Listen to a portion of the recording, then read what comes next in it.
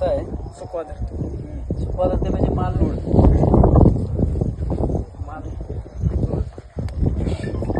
माल ध्यानात घ्या. अगदी बारीक फरक समजून घ्या बरं का. लय भारी विचारलं येईल. माल एकरी 20 टन निघायचा असला तर आपल्याला माल लोड ठेवायला लागेल. बरोबर आहे. 18 टन असू द्या 20 टन असू द्या कमीत कमी 16 टन आपण काय काय लोकांना 16 टन मी माल निघत नाही. माल बागेत कमी असतो तरी सुद्धा बर्फिकेशन होतं सुका होतो. मुद्दा ज्याला समजल ना तो एकरी 32 टनापर्यंत जाऊ शकतो. किती 32 टन म्हणजे 2 एकराचं उत्पादन ते 1 एकरात एका वर्षात घेऊ शकतो. आणि अशी गोष्ट अजिबात नाही आहे की यंदा 32 टन माल काढला म्हणजे पुढल्या वर्षी तुमच्या बागेला माल येणार नाही. लोकांचा एक असा समज आहे काय की यंदा माल जास्त काळ बागेवर राहिला म्हणजे पुढल्या वर्षी माल येत नाही. असं काय नाही. बाग फुटायला लेट होती असा काहीही त्याचा संबंध नाही आहे.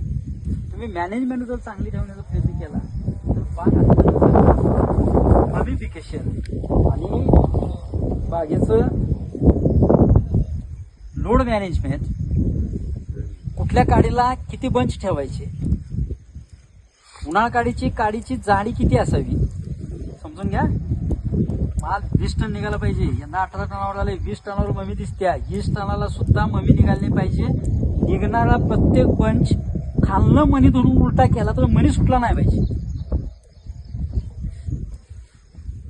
सोपं नाही पण अवघड तर अजिबात नाही. हसताय तुम्हाला अवघड वाटतंय. अवघड नाही अगदी सोपं आहे. ध्यानात घ्यायचं. प्रॉपर 1 एकर बाग आहे. तुमची काय शाळा झाली आहे 12वी झाली. मग अशी विचारलं का तुम्हाला मी डबल विचार माझ्या ध्यानात राहतो बरं का. बागत असं 1 एकर बागत तुम्ही रोज फिरताय. लय मोठं क्षेत्र आहे अशातला बाग नाही. बाग म्हणजे बागाची पाहिजे बघा. बागत फिरत जायचं. मला चटणी घेतली बागेला गिरळणी झाली. काळीला आपण सरासरी 2 बंच ठेवले. त्यात कॅल्क्युलेशन करा. एका काडीला 2 बंच ठेवले. किती स्क्वेअर फुटाला एक काडी ठेवली. काड्या किती आहेत त्या आंधळा धंदा करायचा नाही. किती बाय किती अंतर आहे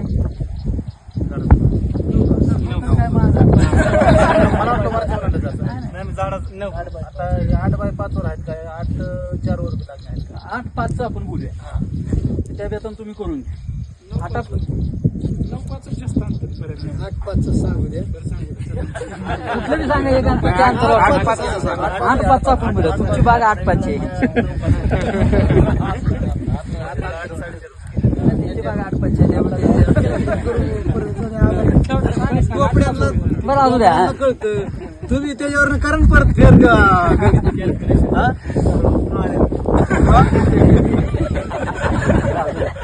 त्याचा भाग सोडून घ्या. बागेत किमान 32 टन माल निघाला पाहिजे. किती 32 टन. त्याचं गणित मी तुम्हाला सांगतोय. बागत ममी होणार नाही. हा सांगू गणित. जाताना 1,000 रुपये द्यायचे ना त्यालाच. दुकानदाराला चांगले पैसे आहेत 5-3 आम्हाला. दिवस त्यांचं चांगले सध्या. काय म्हणला दिवस त्यांचं चांगलेच मला सध्या. नाही दुकानदार सुद्धा आपल्यातलाच आहे. तो कुठनं काय लाल बाल पाल नाही जोरात मला आणलेला नाही. आपलाच भाऊ बंद आहे. त्याला बी लय मिळते असं काय भाग नाही आहे. शेजंटा BSA बाहेर विकायचं म्हणलं की त्या कॉम्पिटिशन मध्ये 2-4 रुपयावर सुद्धा धंदा होत नाही. होते कसं सातत्य आणि त्या दुकानाची श्रद्धा. त्यामुळे त्या दुकानदाराला पैसे मिळालेले आपल्याला दिसतात. आपण बागत पाय ठेवल्या म्हणतो. औंधा कसं होतंय बघतो नाही तर पुढल्या वर्षीला कच घालतो. ही आपली श्रद्धा. पुढं चालता त्याला अजून 4 शिव्या देतो. काय म्हणतो कुठनं बुद्धी सुचली आणि बागात पहिलं होतं तीच बरोबर. बाग बी तसाच तुम्हाला मग तथा असतो. जुन्या वास्तुपुरुष असतो बघा. वास्तुशांती घातल्या कोणी घातल्या. त्या हुंबऱ्या ती उकरून बामण काय तर तिथं पुरतोय बघा. ते झाकतंय त्याच्यावर. ती काय वास्तुपुरुष आहे म्हणतो आपण त्याला. हे नाही ते वास्तुपुरुष काय म्हणत असतो माहितीये. वास्तुशांती घातल्या कोणी घातल्या काय म्हणत असतो वास्तुपुरुष. हे पडणारी सनलाईट ही प्रत्येक पानावर किमान दिवसाचे 2.5 तास पडतो.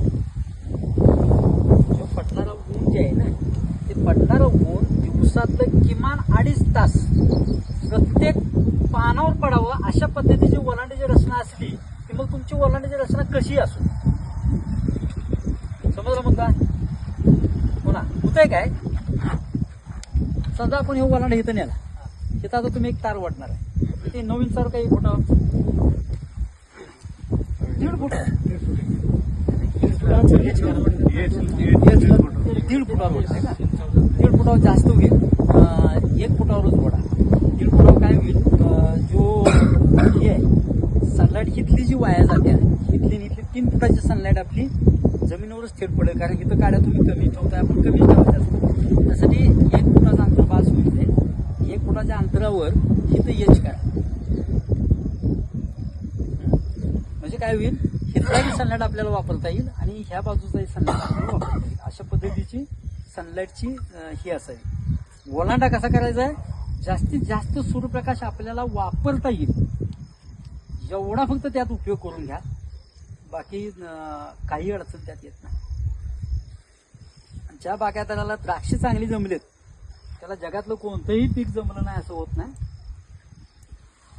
मला तुम्ही जे म्हणला गुलामगिरी संपत्या, हे बरोबर आहे.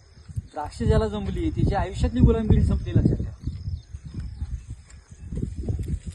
त्यामुळं नेमकी शिकून शेती करण्याचा प्रयत्न करा, त्याचा सायन्स समजून घ्या. आपण मॅजिक स्प्रे वापरताय, जवळजवळ सगळे वापरताय ना. किती साधं गणित होतं ते, पण ते कॉपर, मुरसूद आणि M45, ब्ल्यू कॉपर, मुरसूद आणि M45 कॉम्बिनेशन फक्त दिलं. हे कॉम्बिनेशन देऊ नका म्हणून सांगायला अनेक लोक मिळाले आलते बरं का. 4 वर्षापूर्वीची गोष्ट आहे. हे कॉम्बिनेशन देऊ नका आणि ऑफर थोडी ठेवलेली नव्हती, कोरा चेक ठेवलेला होता. सांगितलं का मी ट्रेनिंग मध्ये सांगितलं, 1 करोड रुपये द्यायला तयार.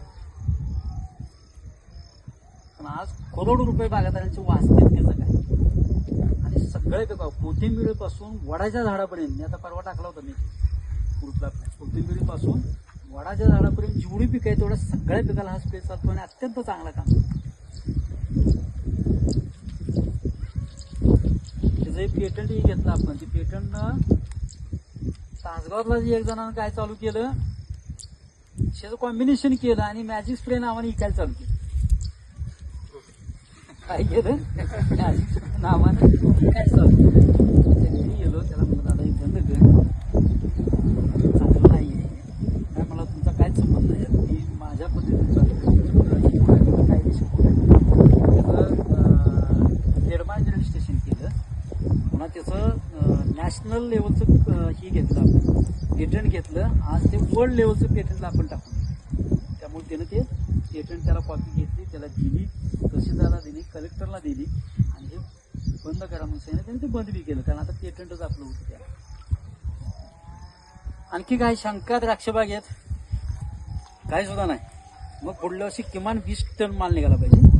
किती बाग आहे, एक किती माल, 20 टन, आणि तोही चांगल्या दर्जाचा. आणि यंदा ध्यानात ठेवा, यंदा ती द्राक्षे किमान 200 रुपये पेटीने विकली गेली पाहिजे, 50 रुपये किलोनं. तर तुम्हाला काय शंका नाही असं त्याचा अर्थ आहे. तर बरोबर आहे का चुकीचं आहे? मला जर शंका नसेल तर तुम्हाला द्राक्षाची चांगली समजली असं त्याचा अर्थ. समजल्या तर मग ते उत्पन्नाच्या रूपातनं दिसलं पाहिजे.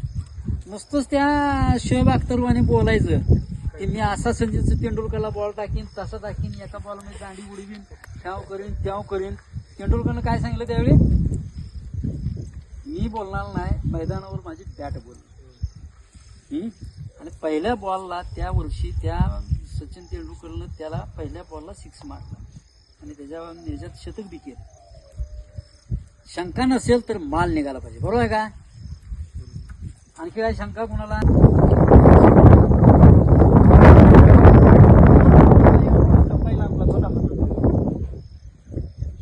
अंतर किती आहे? 9 याची करा.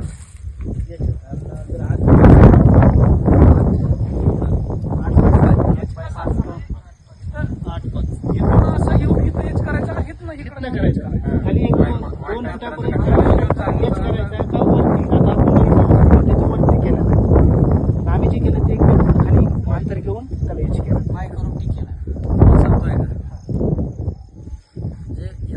मुद्दा समजून घ्या. मगाशी मी काय सांगितलं तुम्हाला की थ्रिप्सला औषध मारून त्याचं कंट्रोल आपण करत असू तर आपल्यासारखा गाढव कोण नाही. त्याची न्यूट्रिशन मॅनेजमेंट, त्याचं लाईफ सायकल बघणं आणि मग त्याच्या योग्य वेळी स्प्रे केला की ते थ्रिप्सचं चांगलं कंट्रोल येतं. शिवाजी महाराज एवढ्यासाठीच वाचायचं आहे हे कुठल्या वेळी कुणाला कसं खिंडीत गाठायचं की त्यानं ते शत्रू तिथं गारत होतं. एवढ्यासाठी शिवाजी वाचायचा. आता तलवारी घेऊन नाहीत लढायचं. तसं प्रत्येक आपल्या द्राक्ष बागेतल्या प्रत्येक स्टेजला दावणीसाठी जर तुम्ही एवढी भारीतली औषधं मारत असाल तर आपल्यासारखा वेळा शेतकरी दुसरा कोण नाही असं माझं मत आहे. दावणीला औषध लागत नाहीये. आपल्याला बघा न्यूट्रिशन मॅनेजमेंटवर म्हणजे एवढा मोठा कोरोना झाला, मेलं कोण? ज्यानं दुर्लक्ष केलं किंवा जो अगोदरच वीक आहे तो मेला. औषधं खाल्ली, घेतलं, काय काय केलं, पण जर त्याचं न्यूट्रिशन बॅलन्स झालेला असला तो मारणारच. तसं डावणी असेल, धुरी असेल, करपा असेल, न्यूट्रिशन मॅनेजमेंटवर जर आपण रोग कंट्रोल केले तर ते कुठला ते पुढं आहे बघा बाहेरचा असा त्या बाय वाजवत्या पियानो वाजवत्या बाय मुंबईत बसून आपण हे तर दोन्ही हातानं वाजवू तरी लावणी जात ही अवस्था आपली आहे. पण तिला मात्र पैसे मिळाले प्रत्येक पुढे जाय आणि ते बायकडे बघते माणूस पुढे आणून पुढा मारताना त्या हौदात टाकताना सपाताने मिळते बायकडे बघितले. एवढ्यासाठी तिला तिच्यावर ठेवू द्या. औषधाचं गुण येणे का नाही पुन्हा बघायची ही खरी गोष्ट. त्या मार्केटिंगवाल्यांनी त्याला त्या बायला त्या पुढ्यावर ठेवायला एक स्ट्रॅटेजी आखल्या म्हणून ती वाईटीच आहे. धंदा आहे त्यांचा खरं म्हणजे तसल्या औषधांची गरजच नाही आहे आपल्याला. टावणीसाठी बघा आम्ही किती मालिक्यूल वापरतो मी तुम्हाला सांगतो वलांड्याचं. टावणीसाठी बघा जास्तीत जास्त डायमेथोमॉर्फ म्हणजे तुम्ही ॲक्रोगार्ड म्हणताय किंवा त्यातलं जे वेगवेगळ्या कंपन्यांचं आहे ते चालेल. आपल्याला असं नाही काय पाहिजे की बाबा BSFचंच पाहिजे, बायलचंच पाहिजे, सिंथेटाचंच पाहिजे असं काही नाही. गोदरेज सुद्धा चालतं, इनोबेल सुद्धा चालतं, साध्या कंपन्या सुद्धा चालतात, काय अडचण नाही. सायमॉक्सिलिन 9% म्हणजे आपण त्याला कर्जेट म्हणतो, त्यात अनेक कंपन्या आहेत. कर्जेट, ॲक्रोबॅट, फार तर आपण रिव्हर्सवर जायचं. या 3 मालिक्यूलपेक्षा दुसरा मालिक्यूल बागेला आणावं सुद्धा लागत नाही, गरजच नाही त्याची. आपले जेवढे आता चार्ट बघितले त्या मागच्या ऑक्टोबरच्या ट्रेनिंगला कोण होतं नव्हतं का? त्याच्या आधी पहिलंच ट्रेनिंग आहे. त्याच्या अगोदरच्या ट्रेनिंगला सुद्धा आपण म्हणजे आता जवळजवळ 11 वर्ष झालं आपण ट्रेनिंग घेतोय, 11 सेशन झाले आपले. पण एकही मालिक्यूल आपण दुसरा मारलेला नाही, एकही सिंगल मालिक्यूल मारलेला नाही किंवा त्याची गरजही नाही. त्याचं शास्त्र समजून घेणं गरजेचं आहे. आता ओलांडा असा असा असा प्रत्येक बागायतदाराला त्याचा अनुभव वेगळा. ओलांड्याचा कोणाला येतचा चांगला आहे, कोणाला सरळ ओलांड्याचा चांगला आहे, कोणाला पूर्व पश्चिमचा चांगला आहे, कोणाला उत्तर दक्षिणचा चांगला आहे. शक्यतो उत्तर दक्षिण असावं कारण सनलाईट आपली ह्या बाजूलाही पडते आणि ह्या बाजूला म्हणजे सकाळी पूर्वेला उगवलं, इकडंच पूर्व आहे ना, आहे का? सकाळी इकडे उगवलं की इकडं मावळते म्हणजे दोन्ही बाजूचं ऊन त्या दोन्ही पानावर पडावं हा त्याचा यासाठी उत्तर दक्षिण जर ओलांडा ठेवला तर पूर्व पश्चिम ऊन पडतं. हा एक पाठ. दुसरा पाठ असा आहे त्याचा आवाज येतोय माझा? जरा अलीकडे येता का? मला लय वाढायला जरा अलीकडे ऐकायचं असलं तर इथं बस पुढे इथे मध्ये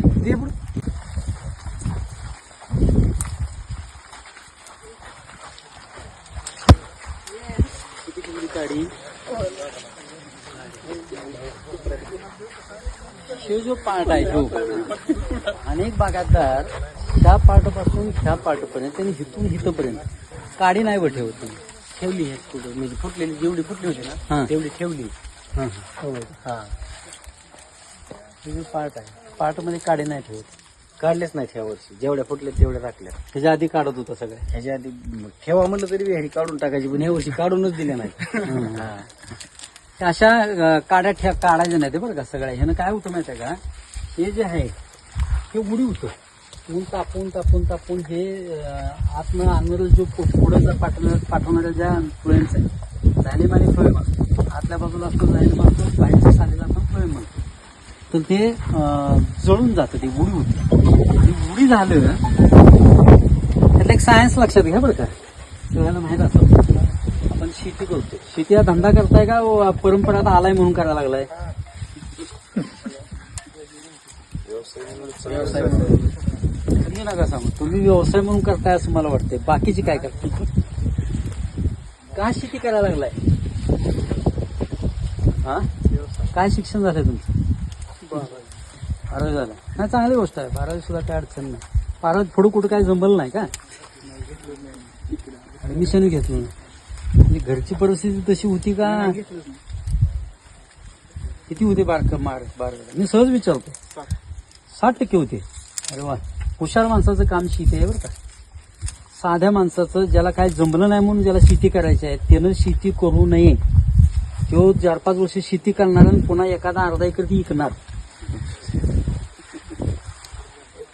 खरं सांगतोय, हे खरं बोलूया का? तुम्हाला बरं वाटलं असं बोलूया. हा, होय नाही.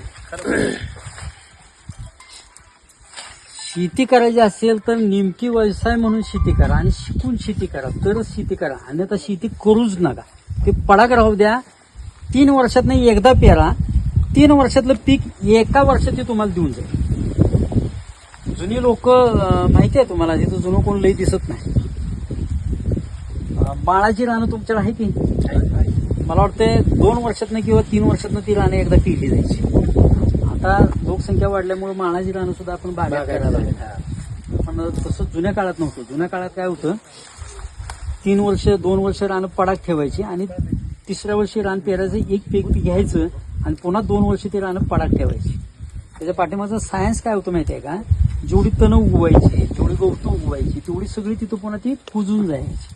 त्यामुळं ऑर्गॅनिक मॅटर चांगला तयार झाला की ऑर्गॅनिक कार्बन तयार चांगला होतो आणि तो झाला की उत्पादन जे पेराल ते चांगलं यायचं. म्हणून ज्याला शेती करायची काय जमलं नाही म्हणून त्यानं शेती करायची आहे ना, त्यानं बागायत शेतीत येऊ नका. कोरडवाहू शेतीत 3 वर्षात एकदा पेरा, तुम्हाला चांगलं उत्पादन मिळेल. खरं सांगतो, वस्तू तिथे आहे. अन्यथा दरवर्षी आपण शेती करायला जातो, दरवर्षी रासायनिक खतं घालतो आणि आपण अडचणी येतो. काय सांगतो तुम्हाला आता विषय निघायच्या अगोदर? वलांड्याची काडी, झायलेम आणि फळ्यांचं सांगत होतो. होतंय कसं, हे जर उन्हात जास्त काळ राहिलं ना तर ते तापतंय. जो सूर्यप्रकाशापासून तुम्हाला नेहमी सांगत होतो बघा, तुम्ही गर्भधारणेसाठी काय मारता? आणि 6 त्यानं काय होतं? गर्भधारणा होते. कोणी सांगितलं तुम्हाला युरॅसिल आणि 6B मुळे गर्भधारणा होते? गर्भधारणा प्रकाश ट्रेनिंगला होतं, तुम्ही सांगू नका.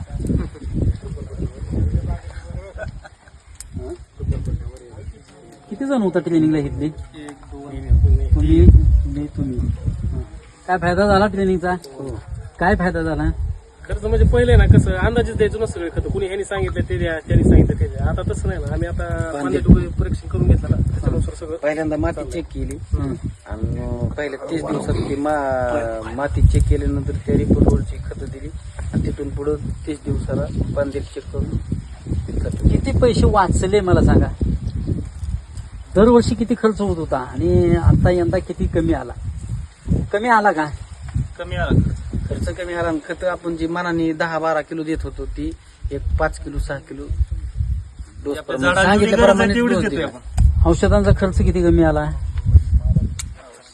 40% कमी झाला. 40-50% खर्च कमी झाला.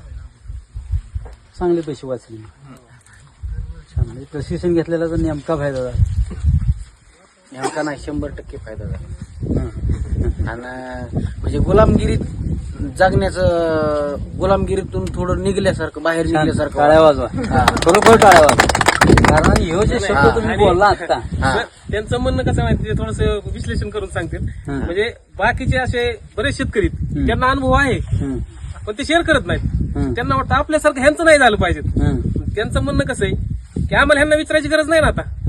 शिकून जे पैसे जाऊ द्या, खर्च करून पैसे घालवून शिकायचं आणि मग शेती करायची, गुलामगिरीत पण ती जगायचं proper नाही. तरी होते ना. असे आहेत नवीन औषधाला ट्राय नवीन शेतकरी करणार आणि मग आपल्यावर आणि डेमो जर चांगले असते तर ते बाकीच्यांना माहिती होणार नाही. त्याचा स्पोर्टच करणार नाहीत. मग मी मागाशी ह्यांना काय म्हणलं, कुंभार सर तासगावपासून नाशिक पर्यंत पोहोचल्यात.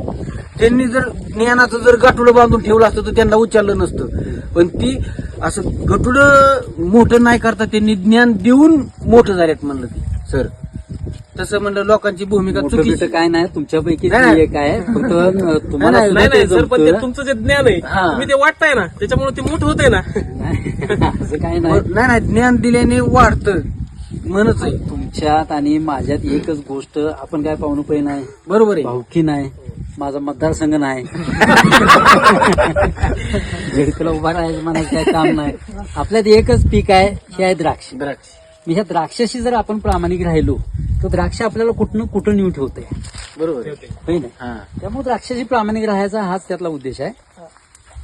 तुम्ही जे आता सांगितलं ना, आता गुलामगिरी, ही अत्यंत महत्वाची गोष्ट होती. आणि ज्योतिबा फुलेने आपल्याला जवळजवळ 150 वर्षापूर्वी सांगितलं की शिक्षणाचा किती फायदा आहे, किंवा शिकलं तरच काय होईल. नाही तर ती मालिका बघतोय ना आपण आता, गळ्यात गाडक पाठीमागे ती लोटायची होती, म्हणजे सावली पडली तरी सुद्धा माणसं जीव मारून टाकत होती. पण हे कशात नव्हतं, अज्ञानात. ज्यावेळी शिकायला तुम्ही लागला त्यावेळी हे सगळं आपल्याला समजत आलं. त्यामुळे तुम्ही शिकला, त्यामुळे तुमची गुलामगिरी संपली. हे वाक्य साधं बोललेलं नाहीये म्हणून टाळ्या वाजवल्या. लोकांनी शिकायला पाहिजे. शिकलं तर मी काय म्हणतोय ही बी समजेल. मी समजा उद्याला माझी बुद्धी बदलली आणि मला पैसा मोठा वाटायला लागला माणसापेक्षा, तर तुम्ही त्यावेळी काय म्हणणार आहे, कुंभारसरांनी केलं पण पैशाचा मागे लागला माणूस. हे कधी समजेल तुम्हाला, ज्यावेळी तुम्ही शिकलेला असाल तेव्हा. नाही तर त्यावेळी सुद्धा मी पैशाच्या मागे लागलो तरी सुद्धा तुम्हाला असं वाटणार नाही, ते सांगतेत म्हणजे बरोबर आहे. आंधळं प्रेम कधीच कोणावर करू नये. शिक्षणातूनच प्रेम करण्याचा प्रयत्न करावा. हे जे पानातनं जे अन्न तयार होतं ते सालीतनं खाली जातं. मुद्दा समजून घ्या, अगदी साधा मुद्दा आहे. हे काय होतं, सालीतनं खाली जातं, खाली ते मुळांनाही पोचतं आणि मुळांना जे खतं टाकले ती उचलली जातात आणि त्या फ्लोएम म्हणतं, म्हणजे आतला जो हे आहे झायलेम म्हणतं, ते वर जातात.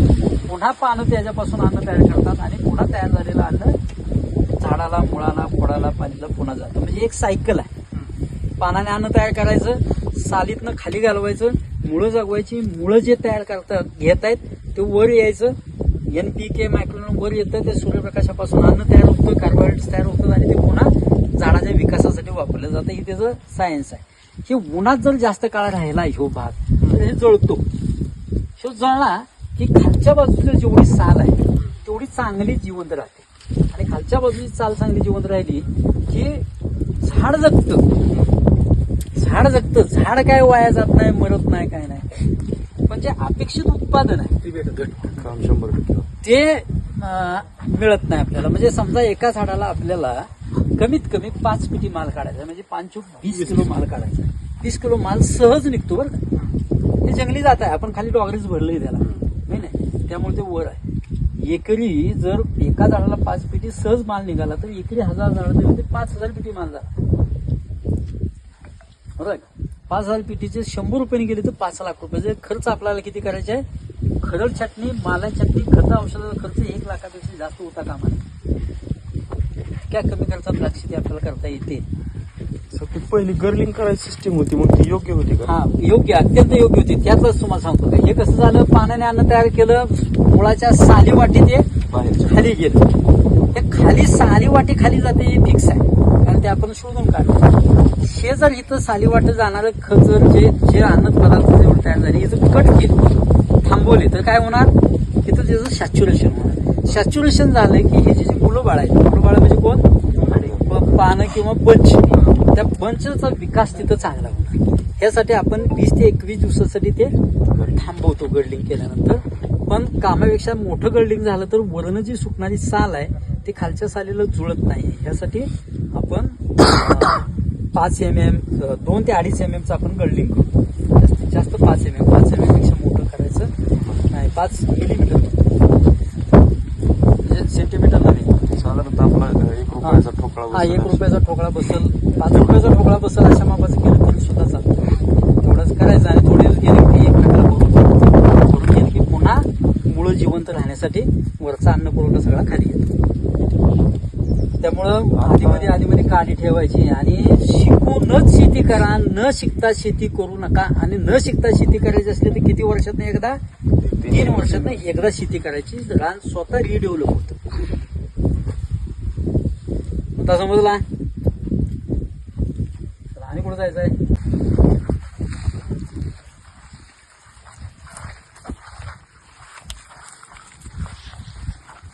हरळीला औषध मारायची स्टेज तुम्हाला मी सांगतो कधी मारायची असते. ह्या स्टेजला जर हरळीला औषध आता मारलं किती कांडी झाली. ती लांडी हरळी धरली तर जवळजवळ 5-6 कांडे आहेत. तिला कांडी किती आहेत बघ, 1 2 3 4 5 6 7 8 9 10 नाही नाही. ह्याला जर तुम्ही औषध मारलं राऊंड अप किंवा जे काय ग्लायफोसेट कुठला असेल ते, तर हे काय होईल, तुम्हाला रिझल्ट नाहीत मिळणार. मग काय होते, 50% जळते, 50% परत फुटते. हे औषधाचा दोष नाही आणि त्या हरळीचा दोष नाही, दोष आहे मारणारा. त्याला पुन्हा आपण काय म्हणतो, राऊंडअपचे रिझल्ट मिळाले नाहीत, औषधाची ताकद कमी झाली आहे, ह्या तेव्हा आपण त्याचं ते हे करत बसतो. हरळीला औषध मारण्याची स्टेज कधी आहे माहिती आहे? 3 पान अवस्था. ही जी स्टेज आहे ना हरळीची आता, ही सुद्धा जास्त चाललंय. ही जी आहे ह्या स्टेजला हरळीला औषध मारायचं. आता होतंय काय, ह्यात ना हरळीचा आत गेली की त्याला आंबडे बरंच ती गाठी असते. आता ह्याला जर औषध मारलं तर ह्या सगळ्या जमिनीच्या वरचंच थर जाळण्यात ह्याची ग्लायफोसेटची ताकद संपून जाते. ते जमिनीत आत जाणार कधी, मुळीपर्यंत, जमिनीतल्या मुळीपर्यंत जात नाही. त्यासाठी आपल्याला काय करावं लागेल, दुर्वा घालतो आपण गणपतीला 3 पानाची. त्या 3 पान अवस्थेला आपल्याला राऊंडअप मारायला लागेल तर ही जुळते. आता हराळ नाही जुळत आणि हराळीला कवकवीत पाहिजे. ही जी आता कवकवीत आहे, अजून निभायला नाही झाली, पण ही स्टेज पुढे चालली. कवकवीत हराळी असली मारलं तर जर राऊंडाचा उपयोग होतो, नाही तर होत नाही उपयोग. लवळ्याला औषधच मारू नका, लवळ्याला औषध नाहीच आहे तिकडे, विनाकारण ते पैसे जातात. लवाळा लय त्रास देते. लवळ्याला औषध मारलं त्रास देत लावा, ह्याची इतका त्रास नाही लावायचा. जास्त आहे. होतोय तुमच्याकडे लवळा नाहीये. होत नाही. तुम्हाला वाटतंय ते तुमच्याकडे लवळा नाहीये. पेड फोडताना तुटत नाही, नाही तुटत नाही, पण लवाळा पण त्रास देते. बोटाला गेलं, बोटाला नाही लागलं आणि इथं नाही पोटात एवढं लवाळा दुखून. त्रास देतोय. लवळा जास्त आहे ना, त्याला हराळी बरी वाटते. हा मग तसंच झालं. ह्यांच्याकडे हरळ आहे, आमच्याकडे लवाळा आहे. लवळ्याला औषध मारूच नका. लवळ्याला तुम्ही आतापर्यंत अनेक औषधं मारली रिझल्ट आले नसतील 100%, होय ना. म्हणून काय म्हटलं तुम्हाला, लवळ्याला औषधच मारू नका, काहीच उपयोग नाही त्याला. लवाळा फक्त 2-1 महिना नाही येत, परत लय फॉर्म मध्येच येतो परत. काय त्याला मार्ग काय सांगतो की, संवाद साधण्यासाठी तर आलोय मी. लवळ्याला काय करायचं, आता ह्या दिवसात आता बागेत काम नाही आपल्याला, होय नाही. म्हणजे बोडू मारून झाले, बटन धुवून घेतलं, थोडं तुऱ्यापुरांना आपण चांगली धुवून घेतली आणि आता आपण ताक किंवा देहचा टाकणार आहे बागेत. टाकता का नाही? किंवा तण चांगलं वाढवायचं असतं बागेत ह्या दिवसात. ह्या दिवसात बागेतली तण बागेच्या वर जायला पाहिजे, इतकी मोठी वाढवून घ्यायची. स्वच्छ ठेवायची नाहीत बागा आता, कारण त्यात वेगवेगळ्या किडी, वेगवेगळे परोपजीवी कीटक, मित्र कीटक प्रचंड वाढत असतात. त्यासाठी बागेत आता तणनाशकाचा वापर करायचा नाही. दुकानदार कुठे आहे?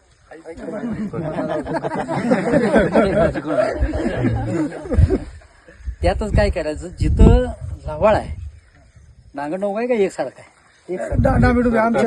जिथं एकसारखा असेल की जिथं डांगोडोंगा असेल तिथं काय करा, 1 पाटी वाळू घ्या प्रति एकर. 1 किलो राजीगिरा माहिती आहे तुम्हाला? राजीगिरा घ्या, चांगला मिसळा. जिथं लवळ आहे तिथं फक्त ते टाकून द्या असं बारीक. आपल्याला 1 एकर क्षेत्रात 1 किलो बाजरी आपण वीस करतो. कला असते है की नाही, तशी ही सुद्धा कला आहे.